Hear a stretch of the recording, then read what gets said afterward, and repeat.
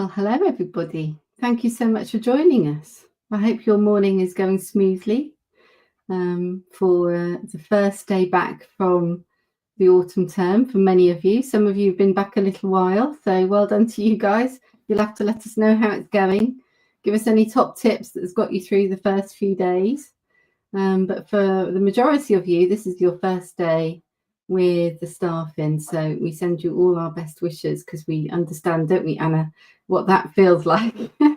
We definitely do. We were just talking about that. Yeah, we certainly do. So welcome to this morning's session on whole school approaches to mental health and wellbeing.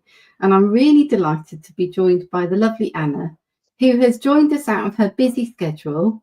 Anna is running between schools today and looking after many people. So we're very grateful, Anna, for you for being here. Thank you so much. Thank you for asking me. It's an absolute pleasure to talk about the subject and be here to talk with the leaders too. Yeah, it's a really. We were saying beforehand, it's a subject that I'm really passionate about too. So it's going to be a good one. And today will be about half an hour. So if you're watching us on demand, this is the first day back from term. It's the 1st of September, and we'll be chatting for about half an hour. We're going to be talking about all things routine. I suppose it's routines and systems, really, isn't it? For starting the year strong to make sure that your mental health and well-being structures are all in place and they're going to be effective and enjoyable and impactful. That's kind of the nubs of the conversation. And Anna, I was reading your biography and I thought, oh my goodness, your bio. I thought, my word, you have been so busy. Not only are you the subject specialist for the National College of Mental Health, but you're also director for Wellbeing and Family Services at a multi-academy trust. And you've been various different governor roles for 12 years. I mean, that's pretty impressive. That's a lot. I do love being busy, but I don't know. I love the role. I love working strategically with schools and helping them to kind of go from here to here. And when we all started off in education, that's what we loved, wasn't it? Whether we started off as a leader or a teacher, we wanted to see that progression and that transformation. And I really enjoy that, whether that's as a volunteer on an interim executive board or whether that's as a consultant or director. It's certainly the National College gives that opportunity to share lots of information as well. Oh, super. And as Anna just mentioned, we are chatting with the National College today. So this, if you need any information about finding out a little bit more about the National College, here's the website address for you. You can also head over to our website, headteacherchat.com, and you can read our review of the National College. And it's a good one because I myself have used the National College, so has Jonathan when we were in schools too. And we really love what they do. And we think you guys are fabulous at what you do. So Anna, thank you so much for joining us. And as you all know, we do love a question, don't we, Anna? Yes, absolutely. We love questions. So if you've got any questions that you want to ask us as we go along, please put them in the chat. Or if it's afterwards and you're watching on demand, please do get in touch. You know how to get in touch. As we love to help out. That's what the whole point of the community is for, to help each other. So maybe you might know an answer to somebody else's question. So if you do, please feel free to help each other. So let's get started with question number 1. So when it comes to setting the right culture in school, Anna, now that it's September, we're all starting afresh. How important is it for us to make a good start? How important is it to start strong? Because it's nerve-wracking and it's overwhelming. It is nerve-wracking. Yes, especially when you've had a long break and your brain is trying to get into gear. Absolutely. I think September is one of those points in the year where everybody sort of tolerates the you putting your stall out and going and resetting and going, this is where we're at. These are what our values are. Here's what we do and don't accept. And I think that is a really powerful time for all of the community, whether that's the children, staff or parents, that we can really share those values, because I'm sure all of you will have spent time creating values with your community, with your staff. That won't be something that you've just invented on your own, and that process will have been gone through. But I think the bit that's really important is that setting the tone. And I think sometimes we forget that whilst head teachers, I know you kind of feel like everything is your responsibility, you can Yeah. outsource some of it. I don't think you can outsource culture. I really don't. I think that has to come from the head and the senior leadership team. Because if you don't set the tone, somebody else will. Somebody else will set that culture that your values sit around. And sometimes that tone and that culture isn't the way that you would want it to be. And I think it's, setting that tone at this point in the year is fundamental. I mean, I've literally just sat in a meeting with our CEO of the trust, where I'm director, as you said, for a few days a week. And she's set out the store. These are the values. This is how we show them. And nobody seems to sort of mind. We know that that's really important. I think the other problem around culture is it can feel a bit nebulous, therefore. So I think what's really important about this conversation is to be able to actually look at how we can sort of look at sort of systems and processes that sit around that, so that we just don't leave it to chance. Because what we tolerate and what we accept can sometimes then become part of the culture, and that's great when it's helpful, healthy, psychologically safe language behavior. But when it isn't, and then it starts to become the norm, and that's where our culture shifts. So it's a great opportunity to reset. Great question.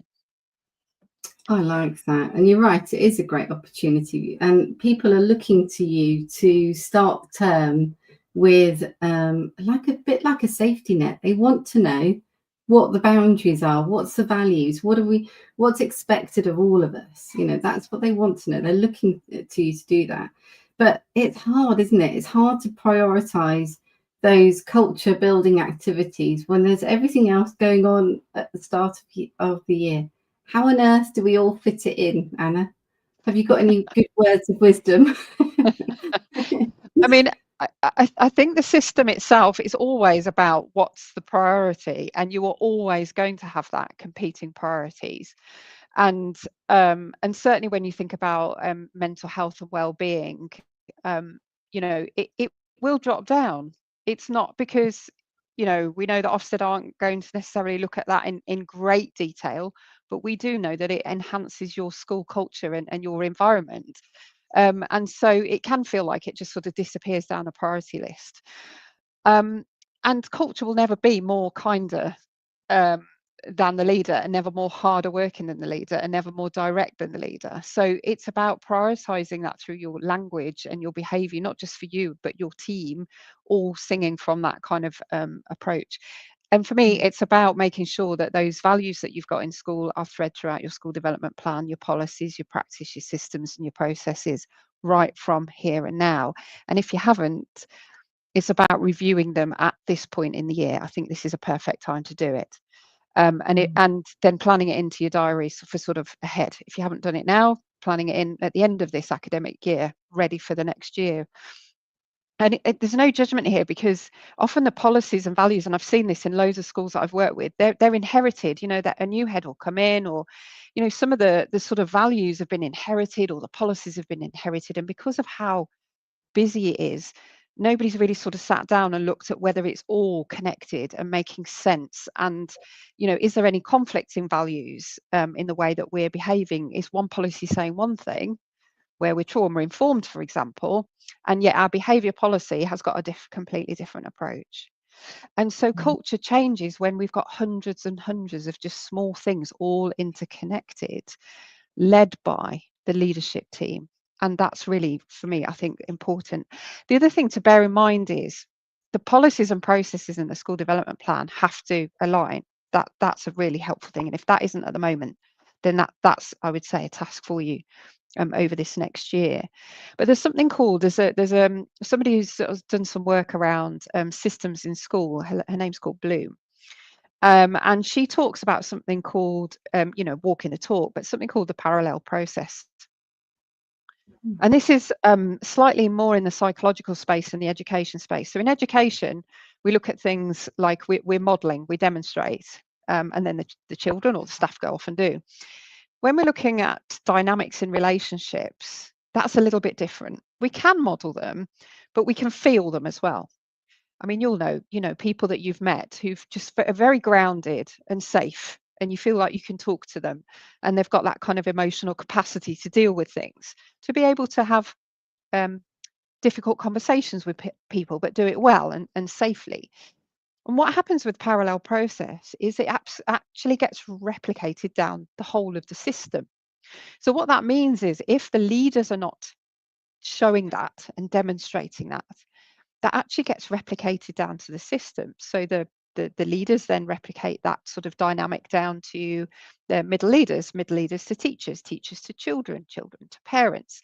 And so what we see is this slight domino effect. So when we've got very stressed leaders at the top who are finding it hard to expand that emotional capacity, and I completely get it. It takes time and energy to do that, but then what we see is that actually replicates down the system, and you'll see that I'm sure, Lucy, and this sort of sometimes if we see a slight bullying culture, for example, we've got to look at where is this coming from and how is it getting replicated down the system in this way. And she shares this in terms of a process. So do have a look at Sounds Bloom. It's called the parallel process, and that's good. why it's really important that leaders do set the tone. Mm. I really love that. I love that idea, and it's true that what we model is how what our behaviour that we model is copied and mirrored by everybody else around us. Is such an important point, actually. And I love the idea of looking at all of your policies and your procedures and checking that it all matches what your values are.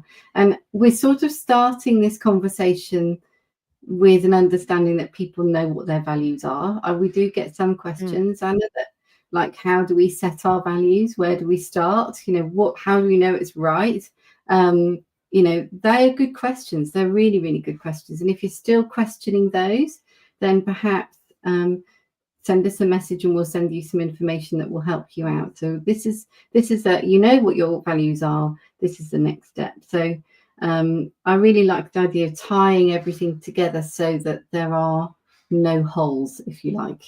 There's no Yeah. holes. I remember having a very honest conversation with an HMI inspector, and I said, what's the difference between an outstanding school and our school?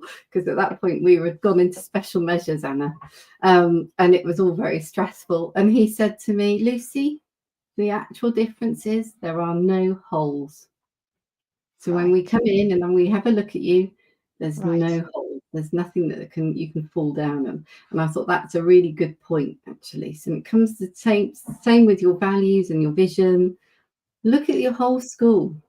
Do they all? Absolutely. Does everything in the school say what your values and visions say? That's basically it. Does it all match? Okay, I so think that's absolutely right. And I think when I stepped into a governor role of a school, I think I know we were expecting Ofsted, and actually the school wasn't doing well. And it was kind of the view of putting a poster on the wall with the values on. And at that time, I was like, actually, that's probably the wrong thing to do at that time. We need to get the values right in terms of behaviours, policies, systems, and then let's put the posters on the walls. yeah, Because that's if yeah, Ofsted come, they're going to see yeah. on your website, they're going to see in your, and actually I knew those values weren't being outlived at Mm, that time. And so I actually, that was not a recommendation to do that. So you're absolutely, just, it- we can sometimes go for the quick win, but I think certainly where culture's concerned, it's that sort of, you've got your vision and it's that sort of dogged process of moving towards it mm. rather than looking for quick wins. Yeah, definitely. And it needs to be living and breathing it, doesn't it? So when you go around the school, you can feel the vision, you can sense it. So okay, so we've got our systems set up at the beginning of the term. Now, how on earth do we keep them all going all year long? Because that's a real challenge, isn't it? Like, say we started the year strong, got everything in place. We think now we've even put the posters up. Now what? Yeah. Um, I think for me, it comes to several things. And one is we can't reinforce them if we're in our office. So I actually think time blocking your time as a leader, 30 minutes in the morning, if you can, 30 minutes, I'm sure you're doing already this at lunchtime anyway, 30 minutes at the end of the day. So whether that 30 minutes is, on the gate, talking to parents, definitely recommend talking to children, talking to staff. I think just literally getting to a point where that is a non-negotiable for you, so that you can see how well embedded these values are, is I suppose very powerful, because what people start to realize is that you'll be at the same place at the same time, and then if they have something that they want to share with you, then those are the times that you can do it. You also know that you're sort of noticing those dynamics, what's going on, and again, we can address those things at the time of what we will and won't accept, and you as the leader are demonstrating that in your behaviors, in your conversations, through doing that. So for me, that's it's a non-negotiable. The other things are around over communication. So again, I don't think as a leader you necessarily have to do all of the communication. You can outsource that, but what's core is those values and what your vision is, and basically over communicate in different touch points. So it's, assemblies, newsletters, briefings, training sessions, any opportunity, and particularly if you're new to setting out those values, just pick one that you're going to focus on, and literally, this is the same as you would in a classroom. You've started September, children don't even know how to work as a team, put a pen on a lid or a glue stick or whatever. And, you're having to literally teach specific things so that you can get to a place where everybody's going to work together. It's no different. It is just a different thing that you're doing. And I think ChatGPT or AI is really helpful for that. If you can set in your values, your vision, what you want to achieve, and then say to ChatGPT, right, I want this in the newsletter, I want this, I want that. That all helps. The other things I think are really important to make sure are part of your year is surveys. Good. That is where we hear at the voice of our organisation. And I sometimes like to look at organisations and schools as a person, as a whole person, and I'd love their feedback. It's not just about me demonstrating, sort of holding people to account or having conversations, but what can I hear back? So not just in those conversations around school, but in the surveys as well. So pupil wellbeing. So for example, I've instigated, been at Lead Trust now, I'm pointing because I'm here 18 months, and we've got a whole set now of wellbeing data for all of our pupils. We don't just wait for crisis now, we spot those children sooner. We've also got staff voice as well. So we do an anonymous staff survey, and then we feed back to our staff and we make sure that's done. And we ask for a small task and finish group for those staff where we're not sure when they've sort of shared things. I mean, I've said to the leaders, I could come up with the best solutions to what staff have shared, but actually it's the staff themselves that are going to be able to value what it is that's shared in that survey, of course aligned to all of our sort of contractual duties. And then the other thing for me, I think, is connection. Our pupils, my view is our pupils don't get time with adults as much as they used to, and that's where they're going to learn their values. And if you've got a big school, you can't control everything and everyone. So what your values have got to do is then hold each other to account.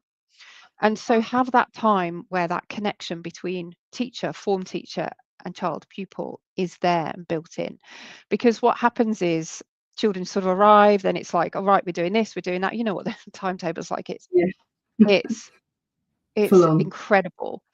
And yet those pupils don't get time to connect with the adults with them, to really understand what the values are, for those values to be shared, for that connection to be made. And I think for a lot of pupils, they go home and those connections aren't necessarily there in the same way that they perhaps were.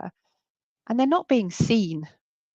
And I think if we can just, in some small ways, introduce just once or twice a week that time Lovely. where we somehow assume that children are not learning through those dynamics in that conversation, but that's where the culture changes, and that's where children are seen and heard. And I'll be honest, the strategy that I've created for Lead Trust, it's a 5-year strategy with evidence base behind it.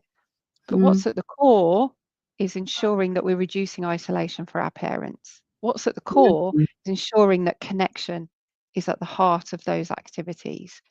And Mm. I think we do that to the detriment when we don't focus on actually building in time for connection. I don't know what you think, Lucy.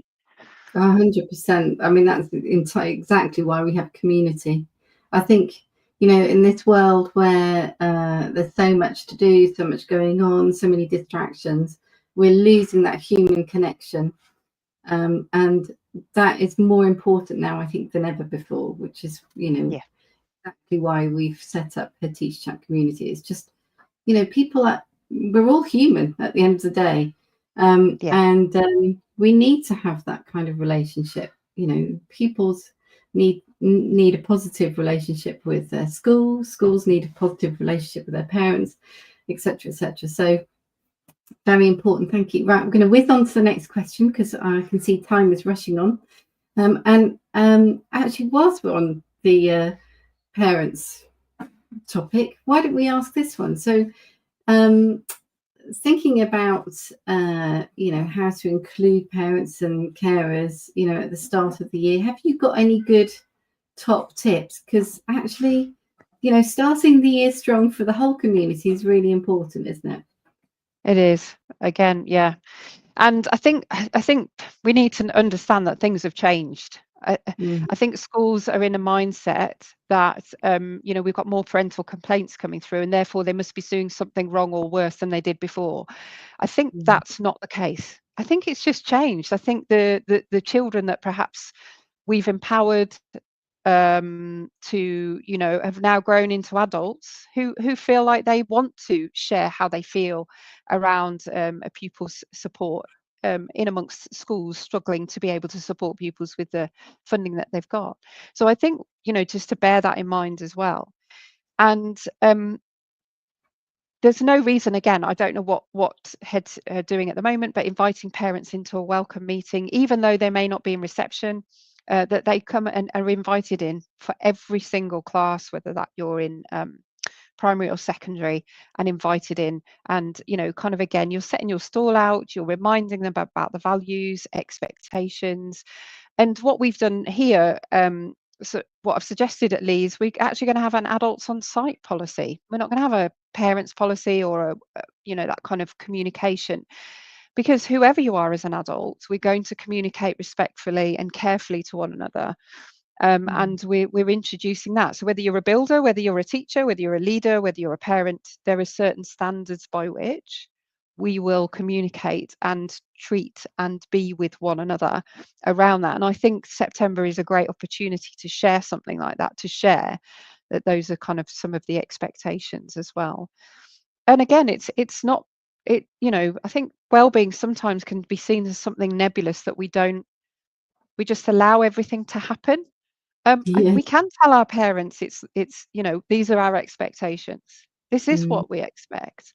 And these are Mm. the things that may happen if those things aren't adhered to, because your children come to our school and this is what we're, you know, we do.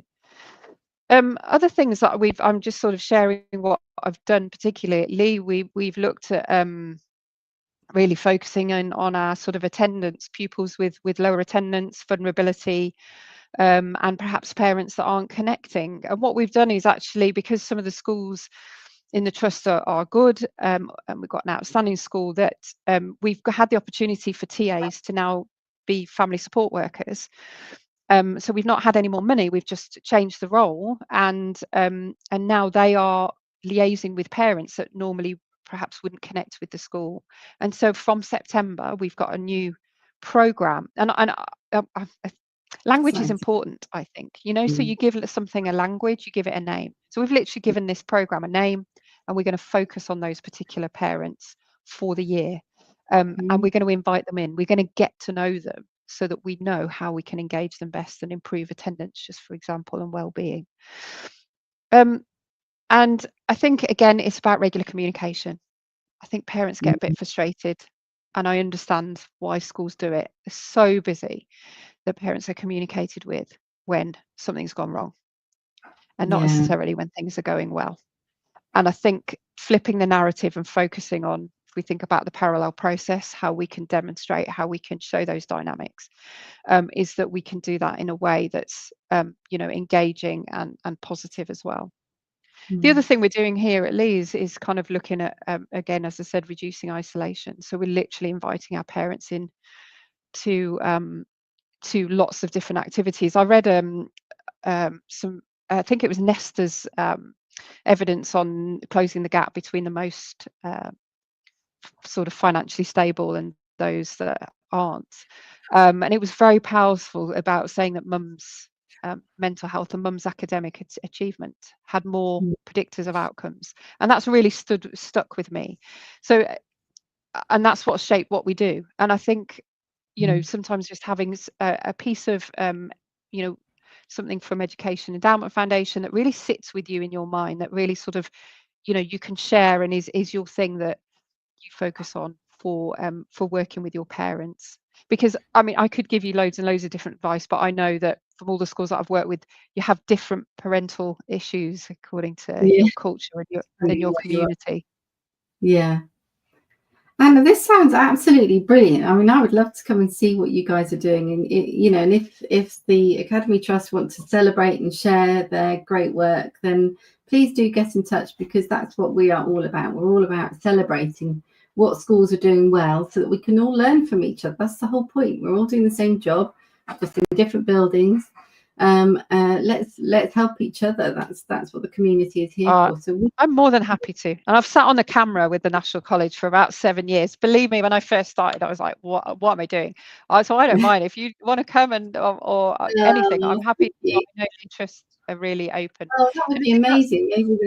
Maybe the absolutely. National College can come with us. I So think so the sorry, go ahead. that's yeah, so that's really exciting. Yes, we would love to. We do go on road shows. For those of you who don't know, we do go around schools, we do go around Academy Trust, and we do go and celebrate and take you guys with us to look at real schools in action, to see what's happening and how people are dealing with a problem and how they've solved it. So if you're a school that's got something great that's happening and you want to show everyone, let us know. Get in touch, like Anna. Let's celebrate each other. I don't think there's enough positivity in the education world sometimes. Sometimes it's a bit like, we can't do this, we don't know how to do that. Sometimes we do, and sometimes we're great at it. Let's take the opportunity to celebrate it. So I'm really conscious of your time, Anna. So rather than take you for all morning, which I'd love to do, you'd be very welcome back. Let's ask one more question, and that is, if I'm going to set up these systems and I'm going to start the year strong and I'm going to try and keep it running all year, how will I know I'm doing it well? What will success look like? Yeah. And this is hard, isn't it? Because culture is that where when you're not there, you know that culture is embedded. When you're not there, that staff Yeah, know how to behave, that yeah. children know how to behave, and parents know how to behave. That doesn't Mm. mean we're creating mini robots at all. And that's why values are very helpful. So, for example, at Lee, I'm just giving you a example, we've got creative, aspirations, resilience, excellence, success. There's nothing there that's going to about controlling, but it shapes everything and it shapes our language and what we do.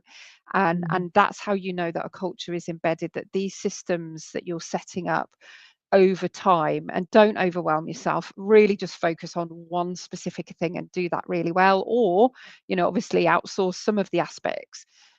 Is that you know that when you're not there, that those systems are still in place and that people will still will behave in that Mm. particular way even when difficulties arise. And but know that there is no perfect culture. Mm. That there is literally not one school or education profession where you can go in and go, wow, like there's not one. So this is constantly moving and changing. And you know don't set yourself up to fail, but just know that it will take lots and lots of sort of work as you go, if you're starting from a, a sort of a base. The other thing that we talked about at the beginning was, sometimes it's good to have somebody to review your documentation, review your school, so that, because you will have blind spots because you've been there maybe a little while, or you That's just great. need somebody to look at those things, and that could be a governor. It could be an external provider that can just review those things for you and say, have you noticed this? Have you thought about that? And I'm sure that's the case with being part of head teacher chat. It's Mm. things that you can learn through the National College where, actually, oh yeah, maybe that's a bit of a blind spot for me. So sometimes having people coming in to do that as well is a really helpful. And for me, I think it is in those surveys, it's in the language that's used, it's in the behaviours. And so what if I was you, I would be looking at those things. I'd be looking at your surveys. And I think it's really easy as a leader to get a bit attached to these surveys and think they're personal to you. But then, Yeah. once you can remove that part of it and look Mm. at them as they are, you start to see where the areas that you can work on. They're the common themes that are threading through and what you see. And I think finally, the thing that you will notice is how people greet one another and how they say goodbye. Um, and I think that's amongst staff and amongst children. And I know some schools that have literally spent a whole term like Mm. saying hello and welcoming one another and and literally focusing on that, because that does mean a lot. Yeah, it does. Oh, amazing, Anna. That was so lovely. Thank you so much. And also, I would add to that, Rome isn't built in a day. If you've just Definitely. arrived in a new school today and you're thinking, "Oh my goodness, there's a lot to do," don't worry. It will all work out well in the end. Just take your time. Don't overwhelm yourself. Do one thing at a time, and it will be okay. Um, Anna, you've been fabulous today. Thank you so much for joining us. And again, as we've mentioned several times, I think now, if you're interested in having a look at the National College, they have some fantastic webinars and courses over there, thousands of them. I've used them myself. They are fabulous and fabulous quality, and they're lovely people too. So please do head over to nationalcollege.com, have a look and see if there's anything there that can help you. If you've got any questions, please do get in touch. You can head over to our email address and get in touch via that way, info@headteacherchat.com. You can have a look at our website, headteacherchat.com. And if you are a member of our community, or if you're not, you can come and join us.